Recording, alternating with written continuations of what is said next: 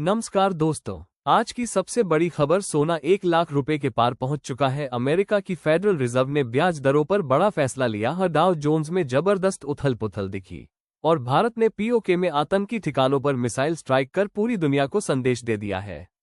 ये सारी घटनाएं आपके पैसों, निवेश और भविष्य की योजना को सीधे तौर पर प्रभावित कर सकती है। तो इस वीडियो को आखिर तक जरूर देखें क्योंकि हम बात करेंगे गोल्ड और शेयर बाजार की चाल, यूएस फेड के फैसले का असर और भारत पाकिस्तान तनाव का आपकी जेब पर पड़ने वाला असर।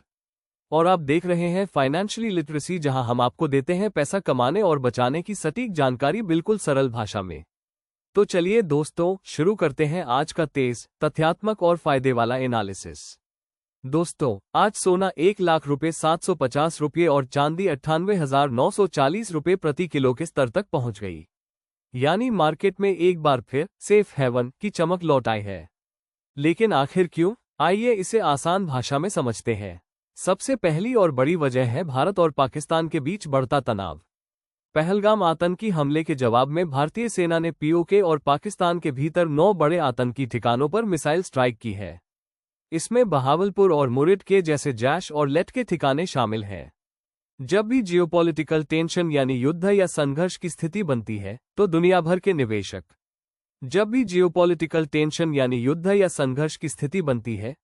भर के निवेशक शेयर बाजार से पैसा निकालकर सोने और चांदी जैसी सुरक्षित संपत्तियों में लगाते हैं।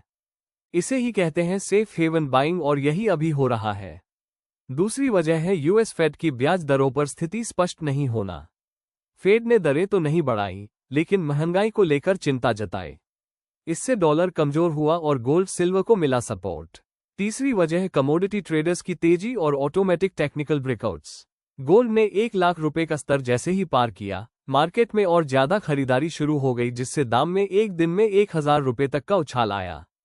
और चौथी वजह है रुपये में कमजोरी। जब रुपया डॉलर के मुकाबले गिरता है तो इंपोर्ट किया गया सोना और महंगा हो जाता है और उसी का असर घरेलू कीमतों पर साफ दिखता है।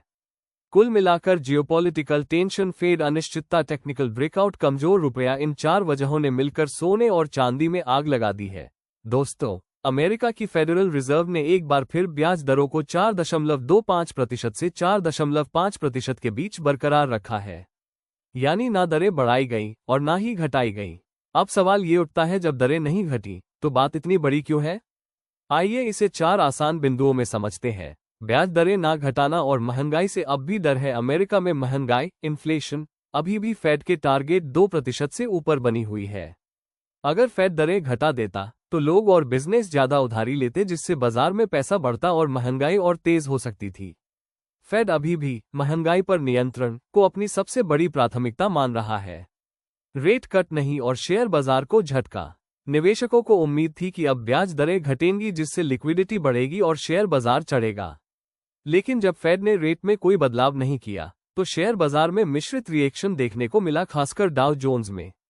यही कारण है कि डाउ में हमने इंट्राडे शार्प गिरावट और फिर रिकवरी देखी। रेट कट ना होने से उभरते देशों पर दबाव। जब अमेरिका में ब्याज दरें ऊंची रहती हैं तो ग्लोबल निवेशक भारत जैसे देशों से पैसा निकालकर अमेरिकी बॉन्ड्स में लगाते हैं, क्योंकि वहां कम रिस्क में अच्छा रिटर्न मिलता है। इससे भारत जैसे देशों में फी आउटफ्लो हो सकता है और रूपा कमजोर पड़ सकता है। रेट स्थिर रखना, फेड की सतर्कता। जेरोम पावेल ने साफ कहा कि अभी रेट घटाने का समय नहीं है, क्योंकि आर्थिक आंकड़े जैसे सीपीआई, पीसीए अभी पूरी तरह संतोषजनक नहीं है। यानी फेड अब धीरे धीरे और डेटा देखकर फैसला करेगा, जिससे मार्केट में अनिश्चितता बनी रहेगी। तो कुल मिलाकर बात यह है, रेट ना घटाने का मतलब यह है कि महंगाई अभी भी फेड को परेशान कर रही है। बाजार को उम्मीद से झटका लगा है। भारत जैसे देशों पर डॉलर की स्ट्रेंथ का असर पड़ेगा और निवेशकों को अब और सतर्क रहने की जरूरत है। भारत पाक तनाव कितना बढ़ सकता है? क्या सीमित जवाबी कार्रवाई तक सीमित रहेगा या युद्ध की ओर जा सकते हैं हालात? दोस्तों, पहलगाम में हुए आतंकी हमले के बाद भारत ने जो जवाब दिया है वो अब सिर्फ कड़ी निंदा नहीं, बल्कि सीधा सैन्य एक्शन है। पीओके और पाकिस्तान के अंदर 9 आतंकी ठिकानों पर मिसाइल स्ट्राइक करके भारत ने दिखा दिया कि अब शब्द नहीं, सिर्फ कार्रवाई होगी। लेकिन सवाल ये है, क्या इससे तनाव और बढ़ेगा? क्या दोनों देशों के बीच युद्ध जैसी स्थिति बन सकती है? आइए इसे 3 चरणों में समझते हैं। सेना के स्तर पर स्थिति गंभीर लेकिन सीमित। भारतीय सेना ने साफ किया है कि यह जवाब केवल आतंकी ठिकानों तक सीमित है, न कि पाकिस्तान की आर्मी या आम जनता के खिलाफ। ये सर्जिकल और प्रिसाइज स्ट्राइक्स हैं जिससे बड़ी जंग की संभावना कम होती है। हालांकि पाकिस्तान की ओर से किसी जवाबी कार्रवाई की आशंका को खारिज नहीं किया जा सकता। राजनीतिक स्तर पर कूटनीतिक तनाव बढ़ेगा। भारत पहले ही पाकिस्तान को अंतर्राष्ट्रीय मंचों पर अलग थलग करने की रणनीति अपना रहा है।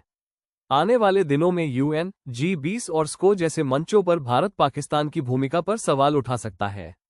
साथ ही भारत की सैन्य कार्रवाई से दुनिया भर के देशों की नजरें अब इस क्षेत्र पर टिकी हैं, जिससे वैश्विक कूटनीति और भी सक्रिय हो जाएगी। आर्थिक और बाजारों पर असर। जैसे ही भारत पाक तनाव बढ़ता है, शेयर बाजार में गिरावट और गोल्ड जैसी सेफ हेवन एसेट्स में तेजी आती है। निवेशक जोखिम से बचने के लिए पैसा निकालते हैं, खासकर विदेशी निवेशक।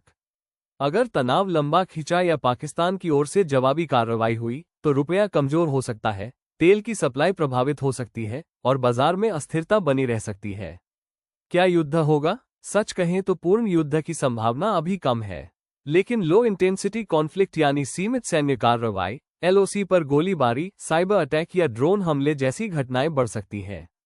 भारत की रणनीति फिलहाल है सर्जिकल, टारगेटेड और कूटनीतिक दबाव के जरिए आतंक को जवाब देना, लेकिन युद्ध से बचना। 8 मई 2025 की सुबह गिफ्ट निफ्टी में हल्की कमजोरी देखी जा रही है, जो भारतीय शेयर बाजार के लिए एक सतर्क शुरुआत का संकेत देती है। जो भारतीय बाजारों के लिए एक स्थिर लेकिन सतर्क शुरुआत का संकेत देता है।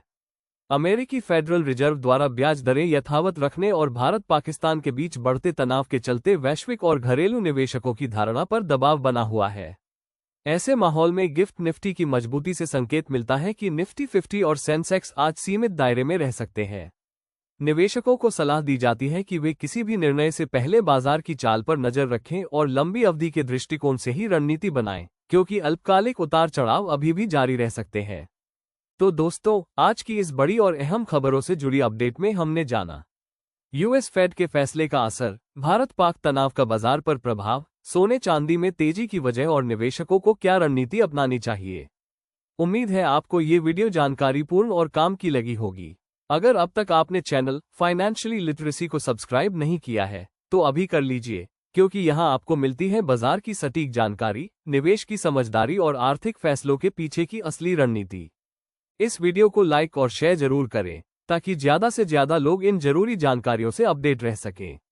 कमेंट में बताइए आपकी नज़र में अगला बड़ा ट्रिगर क्या हो सकता है बाजार के लिए। मिलते हैं अगली वीडियो में एक और शानदार विश्लेषण के साथ। तब तक के लिए निवेश समझदारी से करें, घबराहट से नहीं। इस वीडियो में दी गई सारी जानकारी केवल शैक्षणिक और सामान्य सूचना के उद्देश्य से है। ये किसी भी प्रकार की निवेश सलाह नहीं है। शेयर बाजार, कमोडिटी या किसी भी वित्तीय साधन में निवेश करना जोखिम से जुड़ा होता है। किसी भी निवेश निर्णय से पहले अपने वित्तीय सलाहकार से परामर्श जरूर करें। जय हिंद।